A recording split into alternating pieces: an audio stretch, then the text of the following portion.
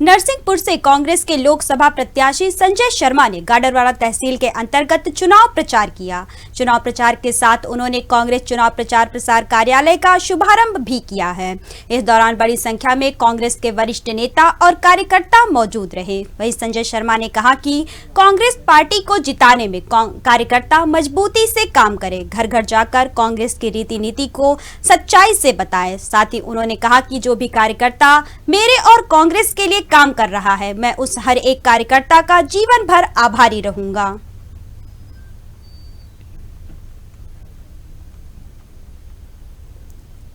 इस पूरे खबर पर अधिक जानकारी के लिए हमारे संवाददाता विनोद चौक से हमारे साथ जुड़ चुके हैं। विनोद जी, कांग्रेस लोकसभा प्रत्याशी संजय शर्मा ने चुनाव कार्यालय का शुभारंभ किया है, क्या कुछ और जानकारी है?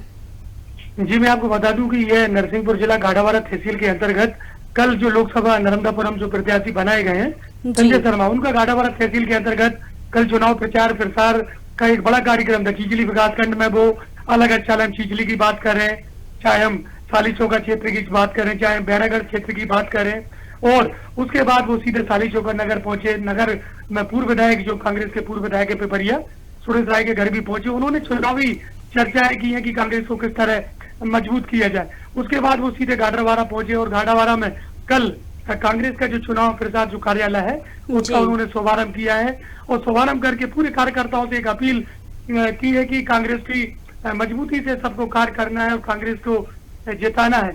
आप अगर पूरे मजबूती से मेरा साथ देंगे तो मैं आपके जीवन भर आभारी रहूंगा। निश्चित ही कांग्रेस ने इस देश के लिए बहुत कुछ दिया है। कार्यकर्ता का और नेताओं का कर्तव्य बनता है कि कांग्रेस की जो बातें हैं वो घर घर तक पहुंचाई जाए। ऐसी अपील जो नर्मदापुरम लोकसभा प्रत्याशी हैं संजय शर्मा, उनके द्वारा कही गई है और यह भी कहा गया है कि अगर मैं इस क्षेत्र से कांग्रेस जीतती है तो कांग्रेस के परिवार के लिए, युवाओं के लिए, नेताओं के लिए और पूरे नर्मदापुरम के जो नागरिक हैं उनके लिए मैं बहुत कुछ करूंगा और जीवन भर उनका मैं आभारी रहूंगा। जी, अगर हम संजय शर्मा की बात करें तो संजय शर्मा किन मुद्दों के साथ चुनाव लड़ रहे हैं, उनकी पार्टी की तरफ से क्या कुछ कहा गया है? संजय शर्मा हमेशा यहाँ पर एक विकास नेता के लिए जानी जाती एक बड़ा चेहरा है, क्योंकि पहले भी वो तेंदुलकड़ा विधानसभा के विधायक रहे।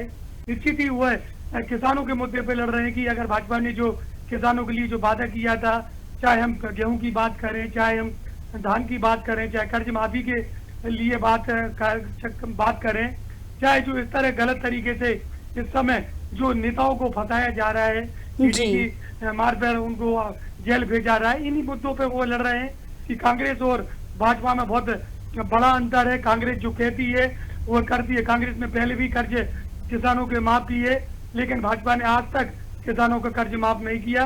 अगर कांग्रेस की सरकार आती है तो एक बार फिर किसानों का कर्जा माफ होगा और किसानों का जो समर्थन मूल्य है वो फिक्स करके किसानों को एक बड़ा फायदा कांग्रेस सरकार देगी। जी, जैसा कि आपने बताया कि संजय शर्मा किसानों के मुद्दों को लेकर चुनाव लड़ रहे हैं, जबकि भाजपा ने तो किसान नेता को ही अपना उम्मीदवार बनाया है।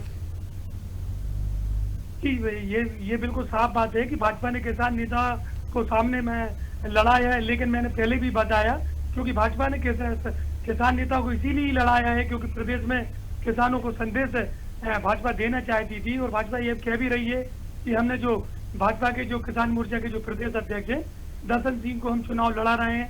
अगर हम जीतते हैं तो आने वाले समय में किसानों का भला होगा। लेकिन दूसरी अगर हम बात करते हैं, चाहे हम डॉक्टर मोहन यादव की बात करें, प्रदेश के मुख्यमंत्री, तो कहीं ना कहीं किसानों के लिए जो वादे किए थे भाजपा सरकार ने, तो लोग कहते हैं कि अगर शिवराज सिंह चौहान अगर मुख्यमंत्री होते तो हो सकता था कि किसानों का जो मूल्य, चाहे हम धान की बात करें, चाहे हम गेहूं की बात करें, उनको जो किसानों के जो वादा किया था वो पूरा हो सकता था।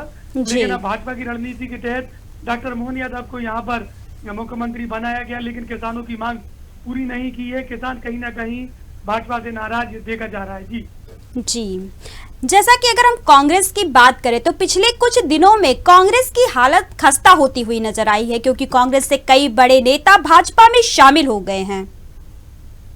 जी, क्यों नहीं, ये तो पूरे भारत में ही ऐसा चल रहा है कि कांग्रेस के नेता लगातार भाजपा में शामिल हो रहे हैं। लेकिन दूसरी ओर अगर हम देखा जाए तो जो नई युवा पीढ़ी है, चाहे हम युवाओं की बात करें, किसानों की बात करें या महिलाओं की बात करें, टीवी चैनल और अखबार माध्यम से अगर हम बात करें तो हर दिन कांग्रेस के लिए नेता भाजपा में शामिल हो रहे हैं। उससे कहीं ना कहीं भाजपा के जो पुराने नेता थे या भाजपा के जो पुराने कार्यकर्ता थे, वह भी कहीं ना कहीं बड़े नेताओं से नाराज चल रहे हैं।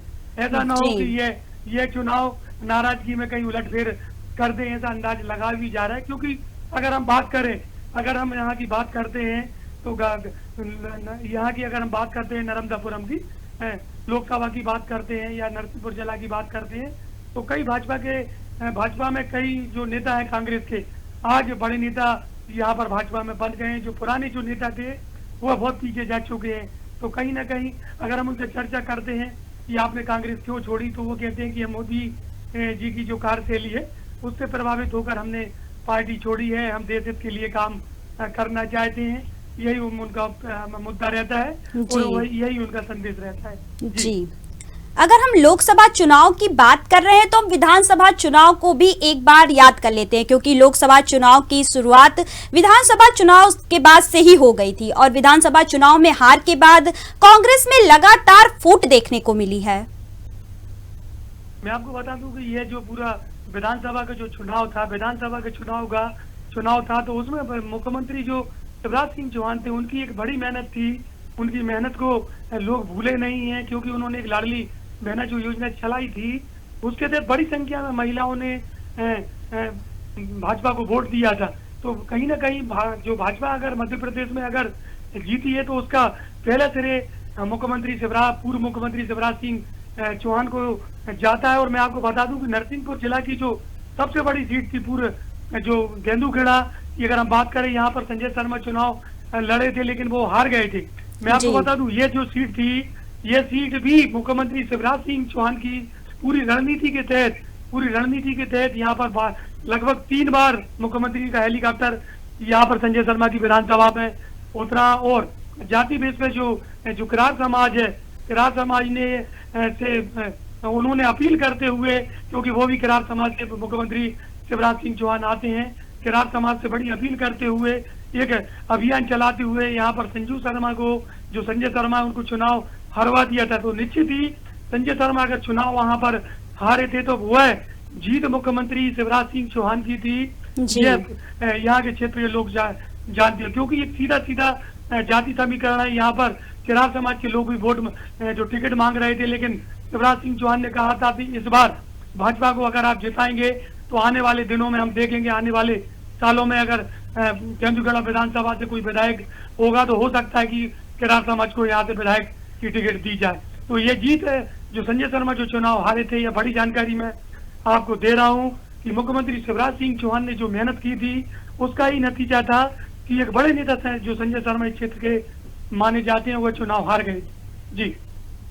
जी, जैसा कि आपने बात की लाडली बहना योजना की, तो कांग्रेस का सबसे बड़ा मुद्दा लाडली बहना योजना ही रहा है इस चुनाव में। लेकिन भाजपा की तरफ से ऐसा कोई भी, जैसा कि कांग्रेस ने लगातार आरोप लगाया, लेकिन भाजपा की तरफ से हमेशा से आरोपों को खारिज किया गया है। ये क्यों नहीं, क्योंकि भाजपा ये जान चुकी है। और चाहे हम मोदी जी की बात करें, चाहे हम भाजपा के बड़े नेताओं की बात करें, तो जो भाजपा का जो सीधा जो प्रचार प्रसार चल रहा है, चाहे हम राम मंदिर की बात करें, सीधे वो कोई भी नेता से अगर बात करें तो वो सीधे राम मुद्दे पे चले जाते हैं, महिलाओं के मुद्दे पे चले जाते हैं। सीधा उनका फोकस जो है पूरा भाजपा का, जैसे हमने पहले भी कई बार जानकारी दी, भाजपा का सीधा फोकस सीधे हिंदुत्व की ओर है और दूसरा महिलाओं की ओर है। तो महिलाओं को वो किसी भी हालत में नाराज नहीं करना चाहते हैं। लेकिन एक बड़ी चुनौती है कि लाडली बहना की योजना की जो राशि है आखिर भाजपा कब तक दे पाती है, क्योंकि 3,000 रुपए का वादा भी शिवराज सिंह चौहान ने बहनों से किया था कि हमारी सरकार अगर मध्य प्रदेश में आती है तो लाडली बहनों को हम 3,000 रुपए की राशि भी आने वाले दिनों में देंगे।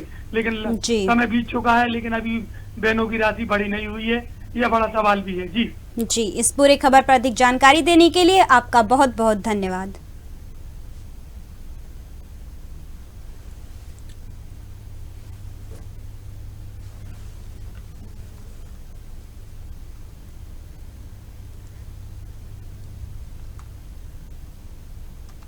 नरसिंहपुर से कांग्रेस के लोकसभा प्रत्याशी संजय शर्मा ने गाडरवारा तहसील के अंतर्गत चुनाव प्रचार कार्यालय का शुभारंभ किया। इस दौरान पार्टी के कई बड़े नेता और कार्यकर्ता मौजूद रहे। वहीं उन्होंने सभी कार्यकर्ताओं का धन्यवाद भी किया।